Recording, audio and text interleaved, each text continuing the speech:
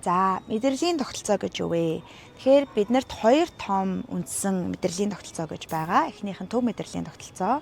Энэ бол нуруутай холбоотой байдаг. Хоёр дахь нь peripheral буюу захын мэдрэлийн тогтолцоо гэж байгаа. Захын мэдрэлийн тогтолцоо маань хоёр төрөлд хуваагддаг. Нэг нь autonomic буюу өөртөө засах, тийм ээ. Бидний ухамсараас ангид өрнөж байгаа процессыг удирдах мэдрэлийн тогтолцоо, нөгөөх нь somatic буюу биеийн хөдөлгөөнд хөдөлгөөнийг зохицуулж яадаг мэдрэлийн тогтолцоо гэж байдаг. Тэгэхээр бидний яриад байгаа мэдрэлийн энэ тогтолцоогоо чадваржуулах гэдэг нь өөртөө засах буюу бидний ухамсараас ангид ажиллаж байдаг тэр мэдрэлийн тогтолцооны үйл ажиллагааны тухай ярьж байгаамаа. Энэ мэдрэлийн тогтолцоо маань ерөөсөө л бидний амийг хамгаалах үүрэгтэй гэсэн үг.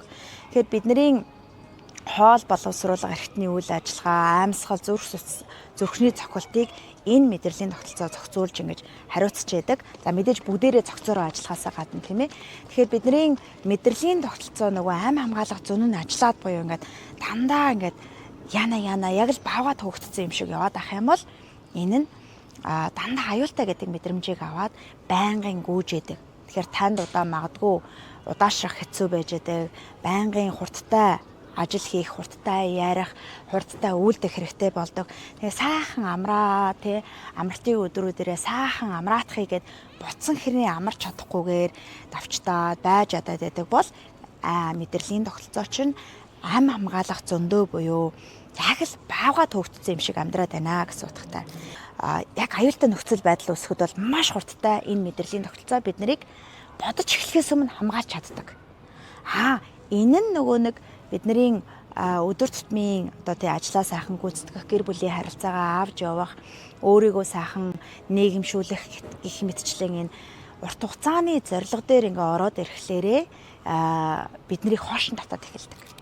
Учир нь бид нар энэ эрүүл мэнд, харилцаа, санхугаа сайжруулах гэдэг дээр нөгөө дээд тарих буюу ухамсар тархичин ажиллаж ийж том зургаараа харж ийж амьдралаа сайхан авч явна мөн үү. Гэтэл ам хамгаалах зүүн чинь яг тулсан аюул дээр л анхааруулж таныг амийг хамгаалахаас биш стратегийн төвшин том зургаар нь харж амьдралаа зэслэгч чинь тус олж чадахгүй таныг хоошин татна. Дээд тарих өөрөө ухамсарыг хариуцдаг. Тийм ээ, хамгийн сүүлд төгссөн ухамсар тарих байдаг. Энэ ухамсар тарих ам хамгаалах зүүн идэвхтэй байгаа үед яг л баавгаад төгссөн юм шиг амьдарч байгаа үед бол идэвхгүй байдаг.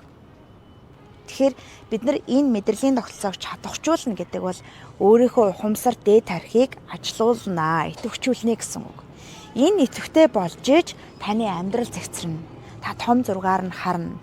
Амьдралаа, харилцаагаа хэрхэн сайжруулах уу, эрүүл мэндээ хэрхэн сайжруулах уу, өөрийгөө ангаах уу, тийм ээ. За санхугаа хэрхэн сайжруулах уу гэдэг дээрээ төвлөрч ухамсартай сонголтуудыг хийнэ. Тэгэхээр мэдрэлийн тогтолцоогоо чадваржуулна гэдэг бол ухамсар тархиа нээж өөрийнхөө амьдралыг яах нь энэ давчдсан, тэмцсэн байдлаасаа гаргаж аваад том зургаар нь стратегийн төвшөнд амьдралаа зэслэгч нь туслах юм аа.